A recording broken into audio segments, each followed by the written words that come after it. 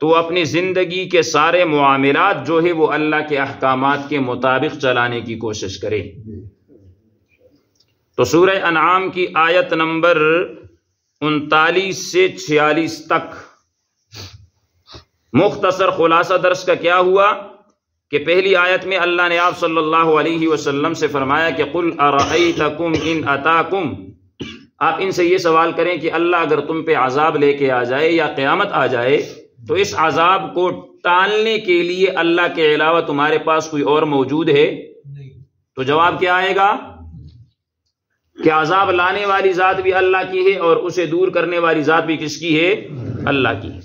آگے اللہ نے حضور صلی اللہ علیہ وسلم کو تسلی دی کہ وَلَقَدْ أَرْسَلْنَا إِلَىٰ أُمَمٍ مِّن قَبْلِكَ فَأَخَذْنَاهُمْ بِالْبَأْسَاءِ وَالضَّرَّاءِ لَعَلَّهُمْ يَتَضَرَّعُونَ، کہ ہم نے آپ سے پہلے امتوں کو بھیجا، ان کی طرف رسولوں کو بھی بھیجا، لیکن انہوں نے نافرمانی کی۔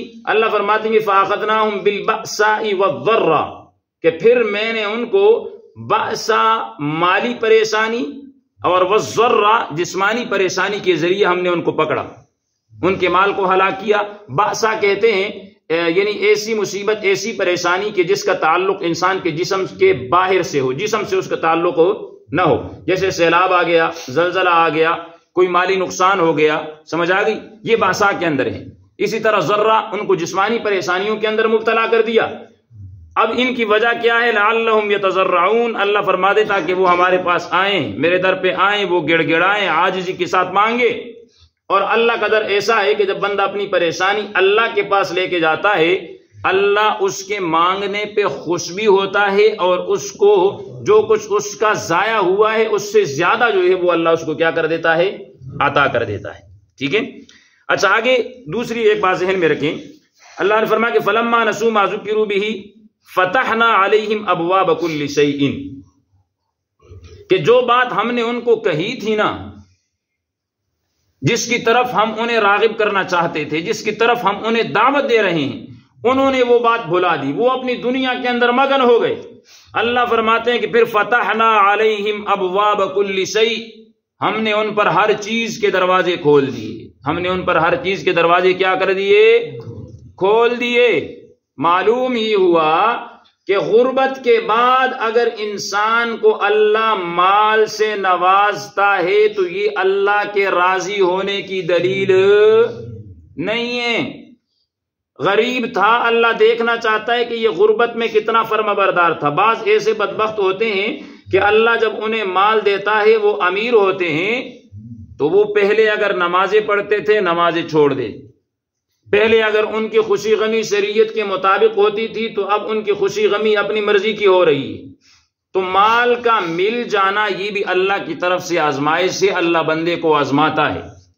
اگر اللہ کے بتائے ہوئے طریقوں کے مطابق وہ مال خرچ کرتا ہے، اگر یہ اپنے آپ کو پھر انسان ہی سمجھتا ہے، اپنے آپ کو یہ خدا نہیں سمجھنے لگتا، لوگوں پہ ظلم نہیں کرتا، لوگوں کا حق ادا کرتا ہے، غریبوں کی مدد کرتا ہے، یتیموں کے ساتھ تعاون کرتا ہے، اللہ فرماتے ہیں پھر تو ٹھیک ہے۔ لیکن جو سابقہ قومیں تھی نا، انہوں نے جب نافرمانی کی، اللہ فرماتے کہ فتحنا علیہم ابواب کل شیء، ہم نے ان پر ہر چیز کے دروازے کیا کر دیے؟ برکتیں ہی برکتیں، مال ہی مال ان کے پاس آ گیا۔ اب جب مال آیا، اتنا مال اللہ فرماتے ہیں کہ میں نے ان کو دیا، اذا فرحوا بما اوتوا، کہ جو کچھ ان کو دیا نا اس کے ذریعے وہ بڑے خوش ہوئے۔ جب خوش ہوئے پھر اپنے عیش و عشرت کے اندر وہ مبتلا ہوئے۔ اللہ فرماتے ہیں کہ اخذناہم بغتا، پھر اچانک میں نے ان کو پکڑ لیا، پھر اچانک وہ میرے عذاب کے اندر آ گئے۔ تو مال اگر اللہ دے دے تو اس پہ اللہ کا شکر ادا کرنا چاہیے، اللہ کا کیا کرنا چاہیے؟